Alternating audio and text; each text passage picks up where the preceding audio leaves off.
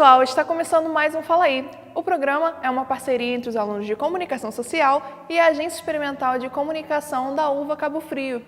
E o programa de hoje está diferente e eu não estou falando só do cenário. O programa dessa vez vai ser uma retrospectiva com tudo o que aconteceu na nossa segunda temporada do Fala Aí. E vamos agora ver tudo o que aconteceu de melhor nessa segunda temporada. E Sanches, qual a importância para vocês do grupo de tratar sobre esse assunto, né? Por que vocês acham que esse assunto é tão importante assim para a sociedade? Porque é um assunto muito complexo, né?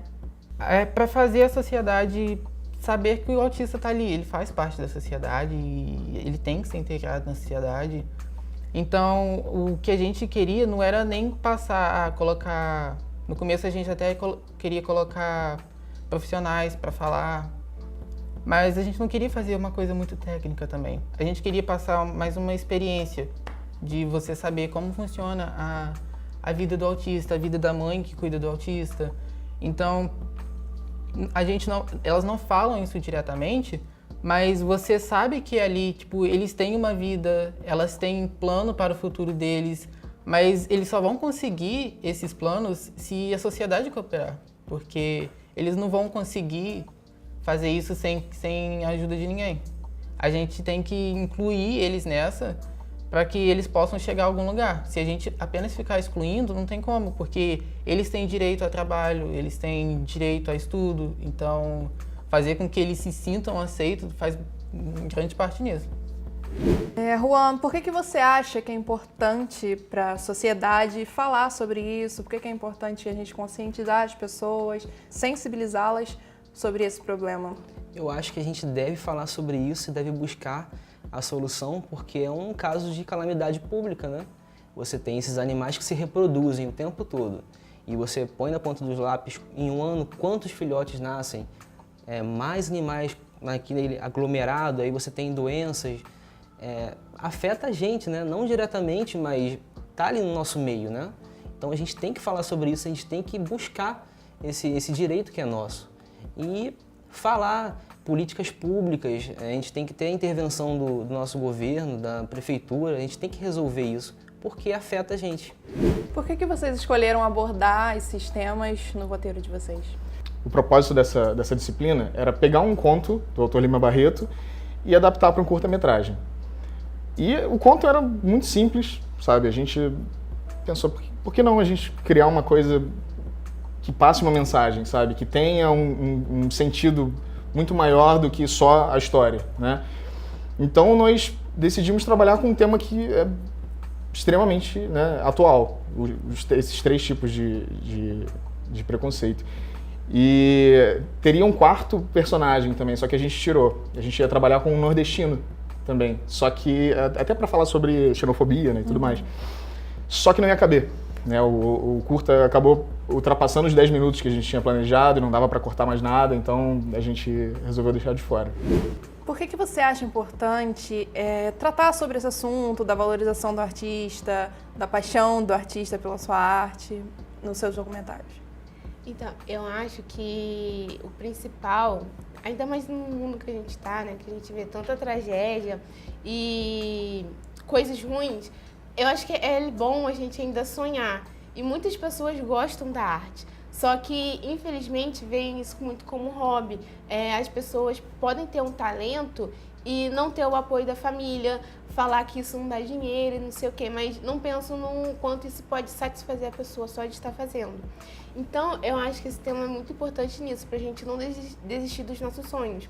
Eu sou uma pessoa que sou muito ligada nisso nas artes, então foi um tema que eu gostei muito de fazer e de trabalhar. E a gente, conversando com eles, conhecemos a história deles e vimos como que isso muda, cada pessoa reage de um jeito, mas é de um jeito deles diferente e que também deixa a gente emocionada por ver as histórias como que são. Muito bacana essa representatividade, né? Tanto da Geisa quanto do seu Raimundo. E por que vocês acharam importante falar sobre esse tema, né? Por que é importante mostrar para a sociedade como é a vida de uma pessoa deficiente visual? Então, a gente pensou no quanto eles sofrem, né, por ter a cegueira, que não foi uma escolha deles. E aí a gente quis passar uma nova visão para as pessoas, entendeu? Em relação às pessoas cegas e deixar para as pessoas um olhar diferenciado, né? Que precisa sim de um olhar diferente, um olhar de atenção, porque eles são diferentes da gente só pelo fato de não ter a visão, mas isso não impede nem limita eles que façam também as coisas, né? E às vezes até muito melhor do que a gente, né? Que tem a visão, que a gente coloca limite para tantas coisas e eles não colocam, entendeu? Então eles se superam e a gente acaba se superando com eles, entendeu? É isso que o documentário passa também. Por que vocês resolveram fazer essa ligação que ninguém imaginaria, né? Pegar um fotógrafo que foi muito importante para a construção da história da nossa região e as pessoas da PAI? Pelo contexto, porque a gente vê pessoas, não seria pessoas normais, vamos dizer assim, mas você vê todo mundo contando a história de uma forma, né? Por que não contar a história com as crianças da PAI? Por que não contar pela visão deles?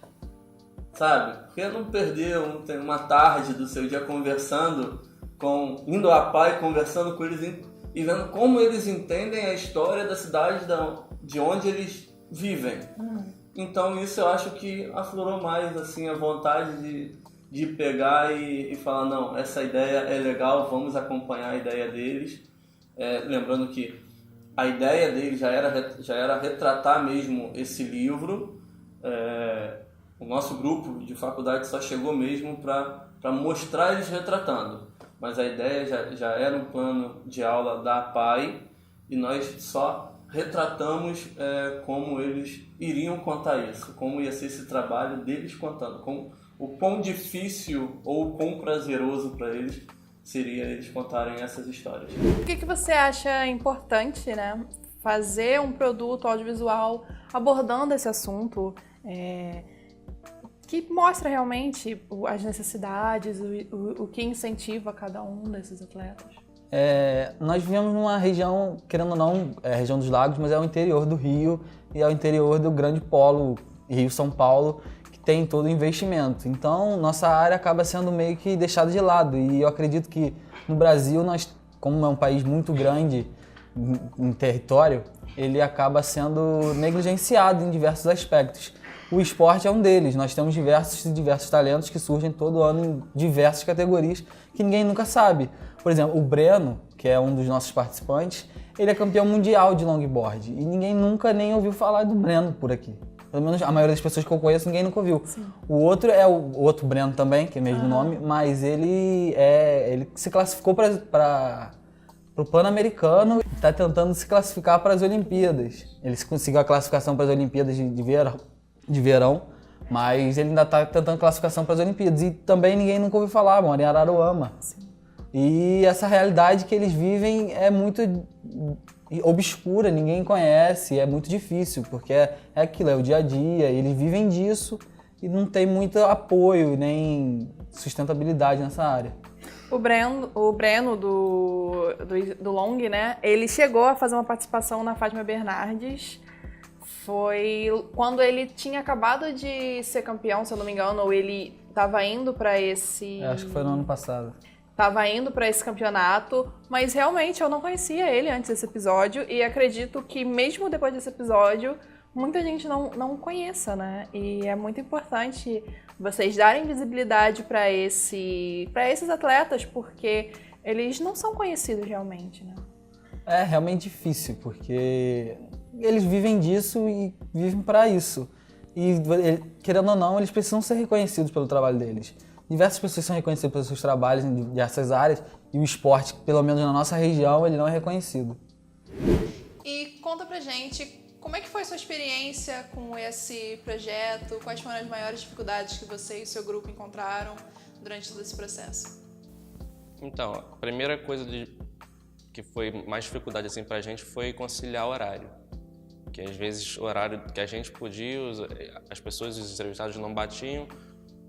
Às vezes o dia também não era compatível, né? Porque teve uma vez que a gente foi entrevistar, a maioria do nosso trabalho é todo a filmagem dele é em cenário aberto. E teve um dia que choveu e a gente, vamos cancelar hoje, como é que vai fazer? A gente acabou meio que fazendo, né, adaptando, fazendo num lugar fechado, apesar de não ser a nossa vontade. E também foi a questão disso, da locomoção, de como linkar o útil ao agradável para cada uma das partes. Fora isso, como é que foi a experiência no todo? Foi uma experiência boa? Foi uma experiência mais traumática? Não digo traumático, mas foi não desgastante, mas foi algo legal. Eu gostaria de fazer outras vezes. Sempre gostei dessa parte de documentário, de contar uma história, principalmente de futebol, que eu acho que é o que mais me pega pela emoção, vamos dizer assim. E foi algo que, tipo, a gente foi na correria, batalhando para fazer, apesar dos impasses e dos problemas. Acho que foi uma experiência legal, uma experiência que eu posso levar para futuros trabalhos. Como em qualquer produção, o nosso programa também teve vários erros de gravações. Vamos conferir?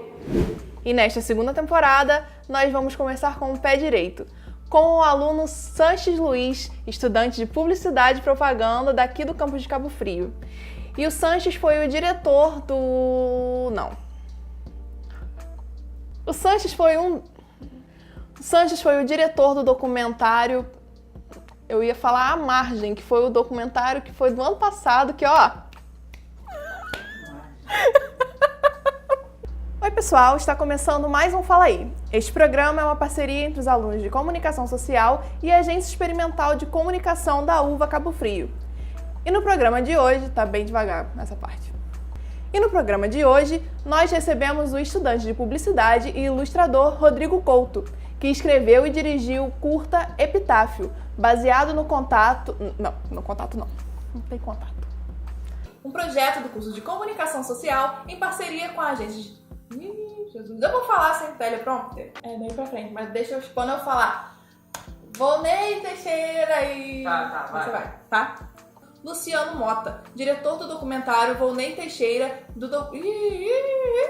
tá muito rápido! Enfim, aí... É só acessar o canal da Agência Experimental da U... Tava tão bem. Oi pessoal, está começando mais um Fala Aí. O projeto... Não. De novo.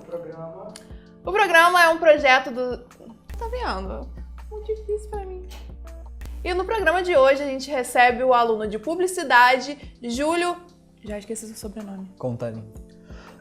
Olha, como é difícil. Nossa convidada de hoje é a estudante de jornalismo Juliana Gandart, diretora do documento...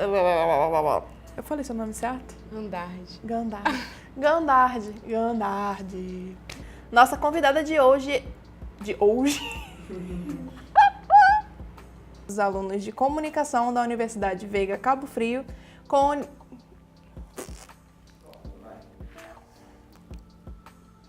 Um lugar enfeitita. Isso vai para os erros da gravação depois, no último episódio da temporada. Oi, pessoal, está... Não. Um projeto dos alunos de... Qual a dificuldade? E é isso, pessoal. Essa temporada do Fala Aí já está chegando ao fim, mas se você quiser rever tudo que rolou na primeira e na segunda temporada, é só acessar o canal da Agência Experimental de Comunicação da UVA Cabo Frio. Infelizmente, eu também estou me despedindo do Fala Aí esse semestre, porque eu estou me formando, mas semestre que vem o programa volta com um novo apresentador, ou uma nova apresentadora. Fiquem ligados, porque semestre que vem o Fala Aí já está de volta. Tchau e até a próxima!